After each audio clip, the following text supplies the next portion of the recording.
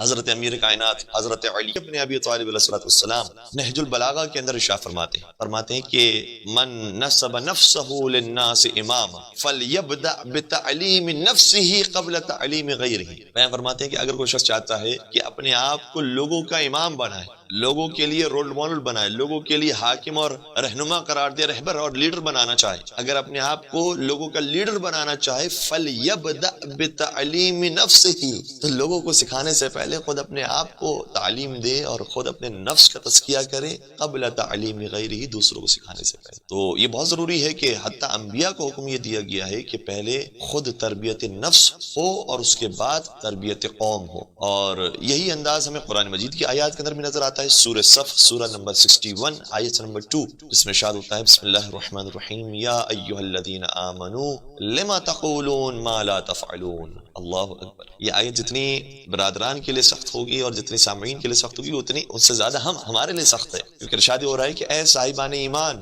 تم وہ بات کیوں کہتے ہو جس پر خود عمل نہیں کرتے۔ بہت بڑی ذمہ داری ہے وہ کہ جو لوگوں کی ہدایت کرنے کے لیے نکلے ہیں، وہ جو لوگوں کو صحیح راستے دکھانے کے لیے نکلے ہیں، ضروری ہے کہ پہلے وہ خود عمل کرنے والے۔ ایک صاحب تھے جن کے بارے میں ملتا ہے کہ انہوں نے شراب کے نقصانات پر بہت لمبی تقریر کی، وائن کے اور بیئر کے نقصانات پر انہوں نے ایک لمبی چوڑی سپیچ کی، اور اتنی وہ موٹیویشنل تھی کہ جتنے سننے والے تھے وہ رونے لگے، اور جو شراب کے عادی تھے وہ بہت افسوس کرنے لگے، اپنے عمل کے اوپر پشیمان ہونے لگے۔ تو جب ان کی سپیچ ختم ہوئی تو ان میں سے ایک جوان کھڑا ہوا اور وہ بہت رو رہا تھا اور بہت جوشیلا ہو گیا تھا، بہت جذبات میں آ گیا تھا کہ مجھ سے بہت غلطیاں ہو گئی ہیں، میں اب آئندہ سے کبھی شراب نہیں پیوں گا۔ تو جب وہ شکریہ کے طور پر اسپیکر کے پاس آیا کہ اسے گلے لگائے اور اس کا شکریہ ادا کرے کہ اس نے مجھے اس راستے سے نکالا، تو جب اس نے گلے لگایا تو گلے لگاتے لگاتے اچانک سے دور ہو گیا اور کہنے لگا کہ آپ کے منہ سے جو بو آ رہی ہے وہ جانی پہچانی لگ رہی ہے، اور آپ تو لگ رہا ہے کہ خود شراب پی کر آئے ہوئے ہیں۔ انہوں نے کہا کہ ہاں، شراب مجھ سے بھی چھوٹتی نہیں ہے، لیکن میں شراب چھوڑنے کے اوپر اسپیچ اچھی کر سکتا ہوں۔ تو وہ جوان جو اتنا گریہ کر کے تبدیل ہونے والا تھا، جیسے ہی اس اسپیکر کی حالت دیکھی تو کہنے لگا کہ جب آپ خود اتنی تقریر کرنے کے بعد صحیح راستے پر نہیں آ سکے تو ہم کیا صحیح راستے پر آئیں گے، اور ساری اسپیچ کا اور ساری تقریر کا اثر ختم ہو گیا۔ تو حقیقت یہی ہے کہ اگر انسان جو تبلیغ کرنے کے لیے نکلا ہے، جو لوگ ہدایت دینے کے لیے نکلا ہے، وہ خود عمل کرنے والا نہ ہو تو دوسروں پر اس کا اثر نہیں ہوگا۔ اور یہ بات میں صرف علماء کے لیے، خطبہ کے لیے، جو صاحب ممبر ہیں ان کے لیے عرض نہیں کر رہا، بلکہ ہم خود ہر مقام پر دیکھیں